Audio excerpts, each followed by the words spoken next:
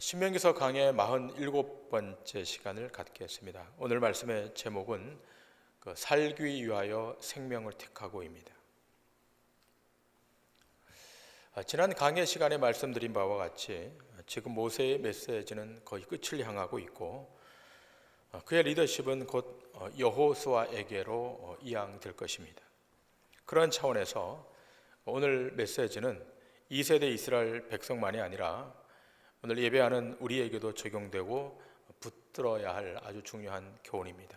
이 전제를 기억하시고 말씀을 잘 경청해 주시길 부탁드립니다. 여러분 앞에 생명과 복, 사망과 저주를 두고서 선택하라고 한다면 여러분 무엇을 선택하시겠습니까? 모두가 생명과 복을 선택하려고 하지 사망과 저주를 선택하지는 않을 것입니다. 자, 그런데 오늘 본문 15절을 보시면 하나님께서 이스라엘 백성 앞에 생명과 복, 사망과 화를 두었다 이렇게 말씀하고 있습니다. 본문 15절의 말씀을 보시겠습니다. 보라, 내가 오늘 생명과 복과 사망과 화를 네 앞에 두었나니. 이스라엘 백성 앞에 생명과 복, 또 사망과 화를 두었다라고 말씀합니다. 자, 그렇다면 생명과 복을 받을 길이 무엇인가라고 하는 것입니다. 오늘 성경 본문 16절은 이렇게 제시하고 있습니다. 16절의 말씀을 보시겠습니다.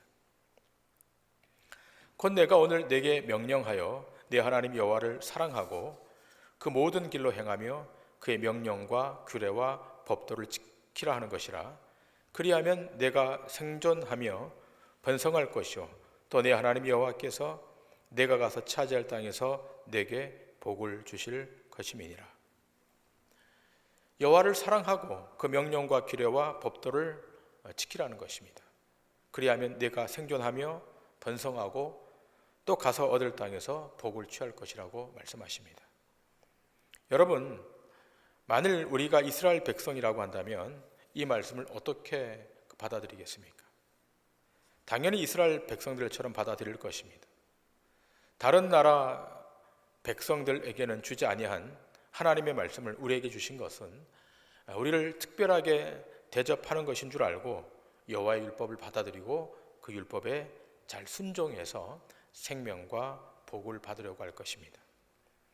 그리고 처음 그 율법이 주어질 때 이스라엘 백성들이 율법을 주시는 여호와의 영광과 위엄을 목격했습니다. 시내산에 강림하신 하나님이 얼마나 경이롭고 두려웠던지 모세에게 요청해서 모세, 당신이 좀 가서 그 하나님의 경이로움과 영광을 좀 목격하고 우리에게 전해달라고 말씀했을 정도입니다. 자, 이렇게 모세가 이스라엘 백성들의 요청을 받아들이고 시내산에 올라갑니다. 그러니까 시내산에서 하나님께서 친히 쓰신 돌판을 받고 또 다른 말씀들은 두루마리 책에 기록해서 그 말씀을 가지고 내려옵니다. 그리고 이스라엘 백성들은 모세가 가지고 온 그 율법과 두루마리 책을 가까이에서 보고 들을 수 있게 되었습니다. 더불어 제사장들은 여호와 율법을 정기적으로 백성들에게 읽어주었고 또 선포했습니다.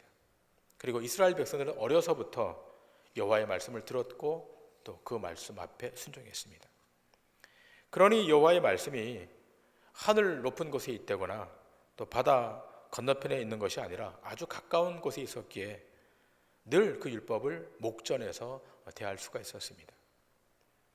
이렇게 율법이 가까이 있으니 그 말씀을 늘 인지할 수 있었고 그 말씀 앞에 순종할 수 있지 아니했겠습니까? 참 생명과 참 복을 얻기 위해서는 그 말씀에 순종하면 되는 것입니다. 무엇에 대한 순종입니까? 하나님이 직접 율법으로 주신 율법에 대한 순종입니다. 신약 시대로 말한다면 성경 66권에 대한 말씀에 대한 순종일 것입니다. 자, 오늘 본문식으로 말한다면 여호와를 사랑하고 그의 명령과 규례를 지키는 것입니다. 그렇게 할 때 성경은 무엇을 약속하고 있는가 하면 생존하고 번성해서 너희에게 허락된 땅에서 풍성함을 누리게 될 것임을 약속하고 있습니다. 그러나 동시에 만일 마음을 돌이켜서 다른 신들에게 절하고 섬기면 반드시 망할 것임 또한 말씀하고 있습니다. 그리고 이것이 절대 변개함 없이 진행되고 이루어지기 위해서 하나님께서 증거를 세우시는데 우주 만물 천지를 불러서 그 증거를 삼습니다. 오늘 본문 19절입니다. 내가 오늘 하늘과 땅을 불러 너희에게 증거를 삼노라. 내가 생명과 사망과 복과 저주를 네 앞에 두었은즉. 하나님이 얼마나 명확히 하시고자 하셨던지 하늘과 땅을 불러내어서 이스라엘 백성에게 그 증거를 삼겠다고 말씀하십니다. 자, 그런데 문제는 이스라엘 백성들이 과연 하나님의 이 모든 명령과 규례를 순종함으로 생명과 복을 받았는가라고 하는 것입니다. 자, 우리는 이미 이스라엘 역사를 통해 그 과정을 다 알고 있지 않습니까? 계속해서 이방 나라의 침략을 당하고 나라의 국로는 분열되고 결국 이스라엘은 남과 북으로 쪼개지고 BC 587년 바벨론의 침공함으로 이스라엘은 멸절당하게 됩니다. 그리고 포로로 모든 백성이 잡혀갑니다. 자, 포로 생활이 끝난 다음 70년의 포로 생활이 끝난 다음 다시 고국으로 돌아왔지만 그 힘과 세력은 미약하기 짝이 없었습니다. 자, 그렇다면 도대체 무슨 문제가 있었기에 생명과 복을 취할 수 없었는가라고 하는 거예요. 하나님의 말씀이 멀리 있었던 것도 아니고 대단히 가까이 있었는데도 눈에 보일 만한 거리에, 손에 잡힐 만한 가까운 거리에 있었음에도 불구하고 생명과 복을 받아 누린 것이 아니라 어떻게 사망과 저주의 길로 들어갔는가라고 하는 것입니다. 여기서 성경은 이렇게 말합니다. 인간은 원초적으로 생명과 복을 받아 누릴 만한 실력과 자격이 없음 우리에게 말씀하고 있습니다. 사망과 저주 외에는 받을 것이 없다는 것이 끊임없는 성경의 주장인데 그 이유가 그렇습니다.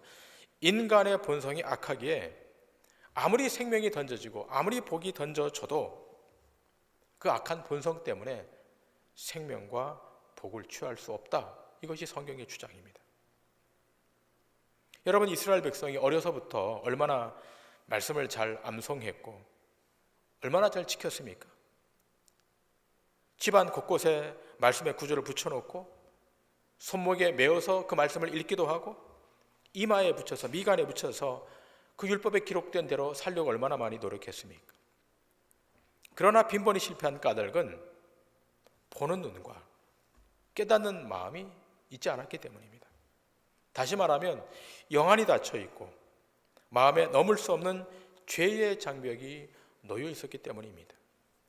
신명기 29장은 이렇게 증거하고 있지 않습니까? 신명기 29장 4절의 말씀 다 같이 한번 읽겠습니다. 시작. 그러나 깨닫는 마음과 보는 눈과 듣는 귀는 오늘 여호와께서 너희에게 주지 아니하셨느니라. 하나님께서 깨닫는 마음과 보는 눈과 듣는 귀는 이들에게 주지 아니었다는 것입니다. 이것은 신명기 시대에만 그러한 것이 아니라 구약 시대 계속해서 그런 상태였고 신약 시대에도 그러합니다. 특별히 이사야 선지자가 하나님께 받은 말씀이 그러하지 않습니까? 자, 이사야서 6장 9절과 10절입니다. 여호와께서 이르시되 가서 이 백성에게 이르기를 너희가 듣기는 들어도 깨닫지 못할 것이요 보기는 보아도 알지 못하리라 하여 이 백성의 마음을 둔하게 하며 그들의 귀가 막히고 그들의 눈이 감기게 하라. 염려하건대 그들이 눈으로 보고 귀로 듣고 마음으로 깨닫고 다시 돌아와 고침을 받을까 하노라 하시기로. 하나님이 지금 이사야 선지자에게 말씀하십니다. 이스라엘 백성이 듣기는 들어도 깨닫지 못할 것이고 보기는 보아도 알지 못할 것이다. 왜 그런 것입니까? 스스로의 능력과 실력으로는 깨달을 수 없는 거예요. 인지할 수 없다는 것입니다.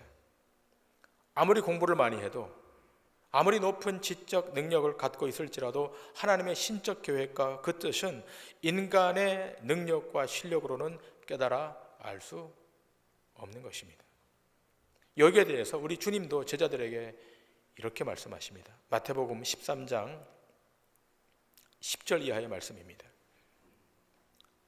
제자들이 예수께 나와 이르되 어찌하여 그들에게 비유로 말씀하시나이까? 대답하여 이르시되 천국의 비밀을 아는 것이 너희에게는 허락되었으나 그들에게는 아니 되었나니 무릇 있는 자는 받아 넉넉하게 되되 없는 자는 그 있는 것도 빼앗기리라. 그러므로 내가 그들에게 비유로 말하는 것은 그들이 보아도 보지 못하며 들어도 듣지 못하며 깨닫지 못함이니라. 이사야의 예언이 그들에게 이루어졌으니 일렀으되 너희가 듣기는 들어도 깨닫지 못할 것이요 보기는 보아도 알지 못하리라. 이 백성들의 마음이 완악하여져서 그 귀는 듣기에 둔하고 눈은 감았으니 이는 눈으로 보고 귀로 듣고 마음으로 깨달아 돌이켜 내게 고침을 받을까 두려워함이라 하였느니라. 그러나 너희 눈은 봄으로 너희 귀는 들음으로 복이 있도다.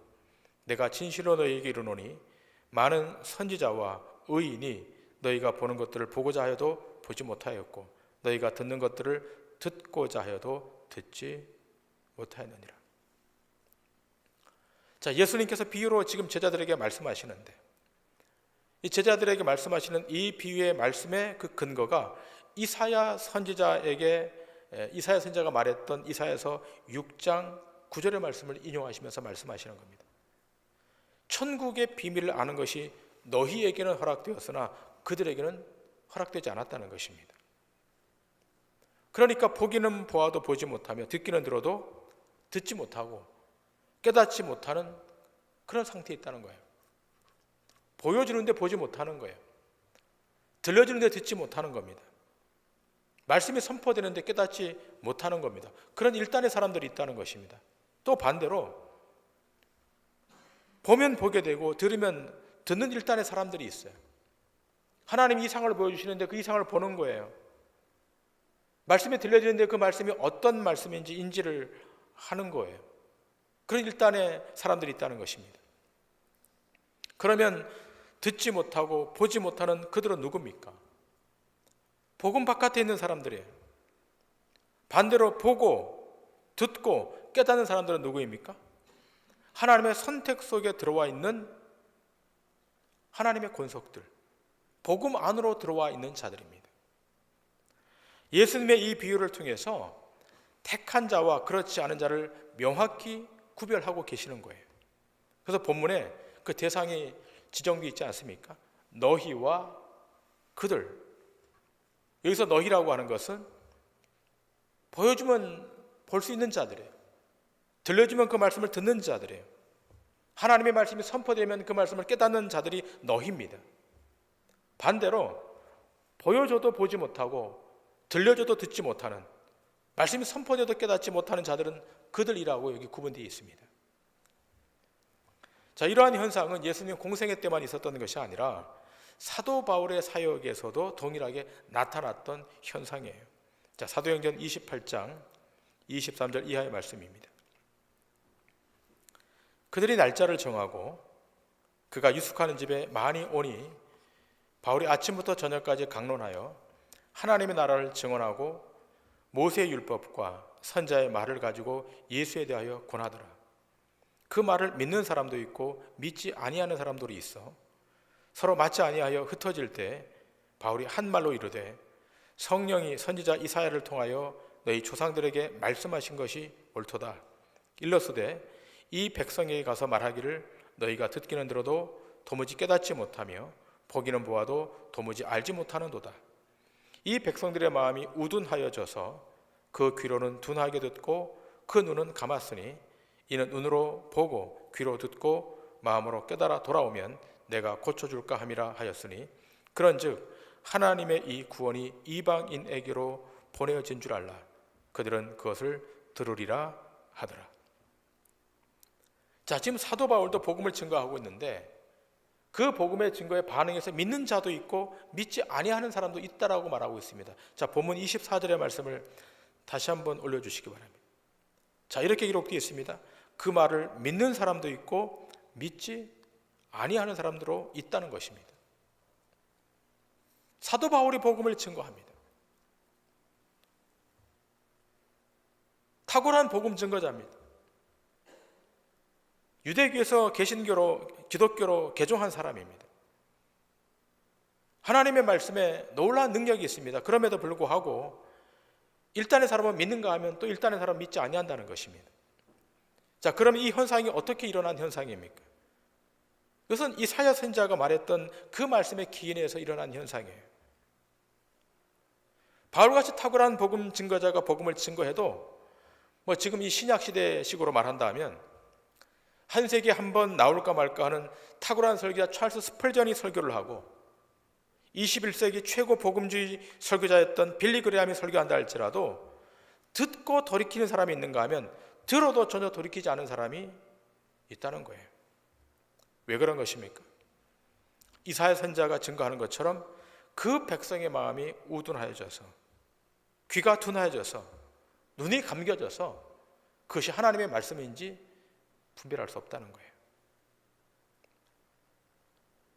여러분, 감사하게도 오늘 이 자리에 오신 여러분들은 하나님의 말씀이 들려질 때 그 말씀은 하나님의 말씀으로 인지하지 않았습니까?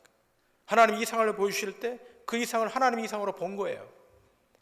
하나님의 말씀이 들려질 때 그 말씀을 하나님의 말씀으로 들은 거예요. 어떻게 된 겁니까? 하나님이 역사해 주신 거예요. 우리의 실력으로, 우리의 학습의 능력으로 깨달아 안 것이 아니라 하나님이 여러분 인생 가운데 개입하셔서 여러분의 귀를 열어주셨고 여러분의 시각을 열어주셨고 여러분의 마음의 창을 하나님이 열어주신 것입니다. 자, 그래서 이 바울의 메시지가 유대인에게서 어디로 향하는 것입니까? 이방인들에게 흘러 들어가는 거예요. 이방인들은 다 버려졌다고 생각했습니다. 하나님의 구원의 바깥에 있다고 생각했습니다. 그런데 드디어 이 복음이 이방인에게로 향하여 갑니다. 그 이방인에게도 하나님의 복음이 선포될 때 들을 귀가 있는 사람이 있고 그 이상을 볼 사람이 있다는 거예요. 그러므로 어떤 누군가가 복음을 들었는데 그 복음을 듣고 회개하고 주님 앞으로 돌아왔다면 그것은 말할 나위 없이 하나님의 주권적 개입의 역사인 것입니다. 하나님이 하신 거예요.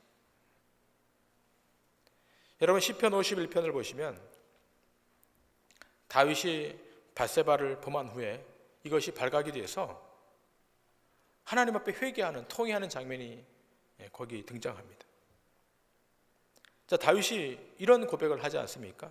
시편 51편 10절에 이러한 고백을 합니다. 하나님이여, 내 속에 정한 마음을 창조하시고 내 안에 정직한 영을 새롭게 하소서.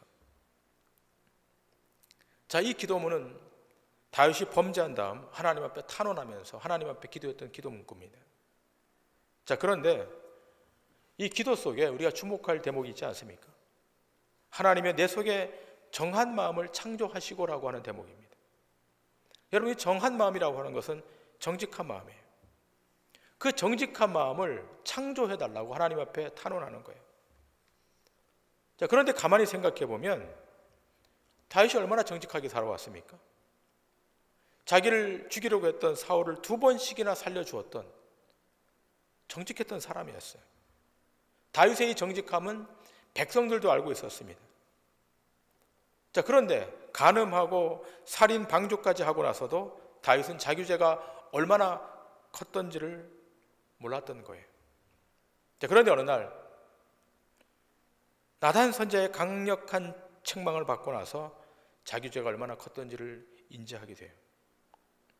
그러니 다윗이 매일 예루살렘 성전에서 제사를 드리고 또 제사장을 통해 율법의 말씀을 전달받아도 이미 그 영혼은 죄의 장벽에 둘러싸여 있어서 죄가 죄인지 허물이 허물인지를 모를 정도로 영적으로 무기력한 상태에 있었다는 것을 우리에게 알려주는 거예요.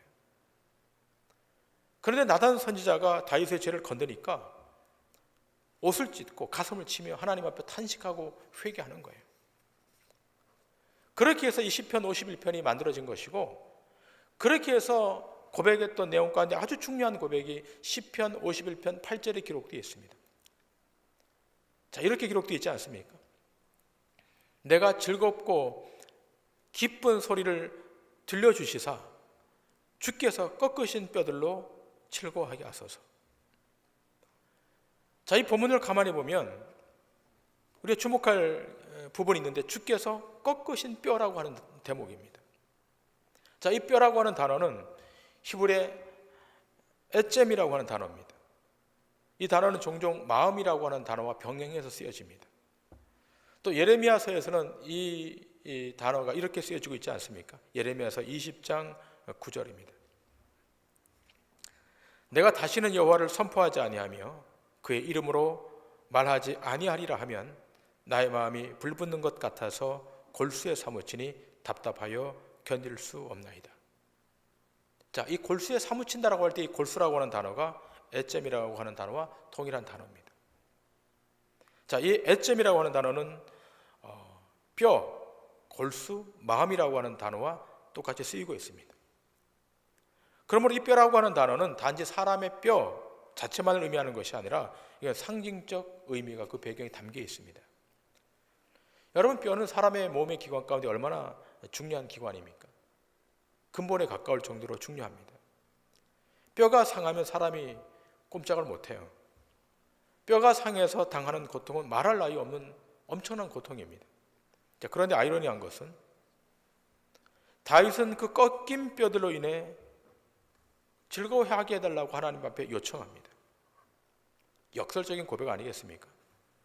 뼈가 꺾이는 고통인데 어떻게 즐거움이 회복하게 해달라고 하나님 앞에 요청할 수 있겠는가라고 하는 것입니다. 여기엔 상징적 의미가 그 뒤에 가려져 있는 겁니다. 뼈가 꺾이는 고통임에도 불구하고 죄로 점철된 그 마음이 성령의 강력한 임재로 말미암아 정결하게 되면 그 안에 하나님과의 관계가 깨어진 그 관계가 복원됨으로 말미암아 즐거움이 올 수만 있다면 내가 지금 꺾인 이 뼈의 고통 같은 것은 감내할 수 있다는 거예요. 다윗이 하나님 앞에 서게 돼서 이 죄가 드러나서 자기의 죄 문제가 얼마나 큰 것인가를 확인하고 난 이후에 뼈가 꺾이는 고통이 있었던 거예요. 그럼에도 불구하고 무엇을 요청하는 겁니까? 뼈가 꺾이는 고통이 있음에도 불구하고 하나님과의 깨어진 관계가 다시 복원됨으로 말미암아 오는 그 즐거움이 자기에게 요청되었다는 것입니다. 엄청난 죄가 자기와 하나님 사이를 가로막고 있었는데 주의 성령님이 임하셔서 그 마음이 새롭게 될 수만 있다면, 그로 말미암아 찾아오는 영적 즐거움이 있다면 그 뼈가 꺾이는 고통도 내가 감내할 수 있다는 것입니다. 다윗이 자신의 죄 때문에 알게 된 것은 하나님이 그 마음 깊은 곳에 관여하신 거예요. 깊은 곳에 개입하신 거예요. 여러분, 이 사건의 메시지가 지금 모세가 2세대 이스라엘 백성에게 선포하는 메시지와 맞닿아 있는 겁니다. 모세가 지금 말해요. 내가 생명과 사망과 복과 화를 네 앞에 두었다라고 말합니다. 자, 그러면서 제2세대 너희 자손이 살기 위해서는 생명을 택하라 이렇게 말합니다. 자, 신명기 30장 오늘 본문 19절을 다시 보시겠습니다. 너와 네 자손이 살기 위하여 생명을 택하고, 너와 네 자손이 살기 위한다면 생명을 택하라는 거예요. 복을 선택하라는 거예요. 다른 옵션이 없습니다. 여러분과 저도 마찬가지입니다. 여러분과 제가, 아니 우리 자손이 살기 위해서는 생명을 선택해야 되는 거예요. 그렇죠? 여기에 동의하지 않는 분들이 있습니까? 다 동의하실 겁니다. 그런데 문제는 무엇입니까? 순간순간 우리가 생명을 택하지 못하고 어둠과 죄를, 사망을 선택할 때가 많다는 거예요. 왜 그런 것입니까? 우리 의지가 박약하기 때문입니까? 신앙생활이 게을러졌기 때문에 그런 것입니까? 물론 그럴 수도 있습니다. 그러나 근본적인 이유는 아닙니다. 무엇이 문제입니까? 듣는 귀가 열려야 되는데 그 귀가 닫히는 거예요. 보는 눈이 열려야 되는데 보는 눈이 가로막힌 거예요. 지금 이스라엘 백성이 여기서 무너진 것입니다. 봐야 되는데 못 보는 거예요. 들어야 되는데 듣지 못하는 거예요. 여러분, 이것이 비단 이스라엘 백성만의 문제이겠습니까? 행여 우리의 신앙의 문제는 아니겠습니까? 하나님의 이상을 봐야 되는데 이상을 보지 못하고 있어요. 성령의 음성을 들어야 되는데 들려지지 않아요. 이게 비교인 거예요. 우리와 우리 자손이 살기 위해서 생명을 선택해야 되지 않겠습니까? 여러분이 살기 위해서, 여러분의 가정이 살기 위해서, 여러분의 자손이 살기 위해서 생명을 선택해야 되잖아요. 근데 왜 선택 못하는 거예요? 눈이 가려져 있고 귀가 닫혀 있어서, 마음이 깨달아지지 않아서 못하는 거 아니겠습니까? 그러므로 날마다 성령의 은총으로 죄의 씻으심의 역사가 있어야 되는 겁니다. 성령의 중보로 인한 회개가 날마다 우리 입술 속에서 고백되어야 되는 겁니다. 그럴 때 눈이 열리고 마음이 열리고 귀가 열리는 겁니다. 시편 기자 이렇게 말하고 있지 않습니까? 시편 119편 17절 18절입니다. 주의 종을 후대하여 살게 하소서. 그리하시면 주의 말씀을 지키리이다. 내 눈을 열어서 주의 율법에서 놀라운 것을 보게 하소서. 시편 기자가 하나님 앞에 나와 말합니다. 하나님이시여, 야훼시여, 내 눈을 열어서 주의 율법에서 주의 놀라운 것을 좀 보게 해달라고. 그 시편 기자만의 고백이면 안 되는 거예요. 내 눈을 열어서 주의 율법 안에서 행하시는 하나님의 기적과 이적을 목도할 수 있도록 역사해달라고. 눈이 열어져야 되는 거예요.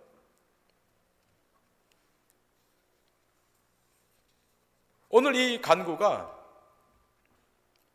오늘 예배 참석한 우리 모두의 간구가 되길 원합니다. 여러분의 자녀가 살아야 되지 않겠습니까? 여러분의 가정이 살아야 돼요. 우리 교회가 살아야 돼요. 생명을 선택해야 돼요. 살기 위해서는 생명을 선택하라고 모세가 지금 2세대 이스라엘 백성에게 강권하는 거예요. 그러려면 눈이 열려야 돼요. 귀가 열려야 돼요. 마음이 열려야 되는 겁니다. 오늘 말씀을 정리하겠습니다. 자, 우리는 늘 생명과 복을 원하지만 사망과 저주를 받을 수밖에 없는 그런 연약한 자들입니다. 자주 넘어지고 자주 시험에 빠지는 부족한 자들입니다. 그러므로 날마다 성령 앞에 내 삶을 비춰야 돼요. 조명시켜야 되는 거예요. 그 앞에서 성령의 씻으심, 성령의 돌이키심을 경험해야 돼요. 그리고 우리의 삶이 사망과 어둠에 동조되지 않도록 우리와 우리 자손이 날마다 생명을 선택할 수 있도록 말씀으로 날마다 우리를 빚어 가야 되는 거예요. 그렇게 할 때 동도 중앙교회를 통해 주의 나라가 확장될 것이고 죽어가는 이 땅에 많은 영혼들이 주 앞으로 돌아오는 놀라운 회복의 역사가 우리 인생 가운데, 우리 교회 공동체 가운데 있게 될 줄 믿습니다. 기도하시겠습니다.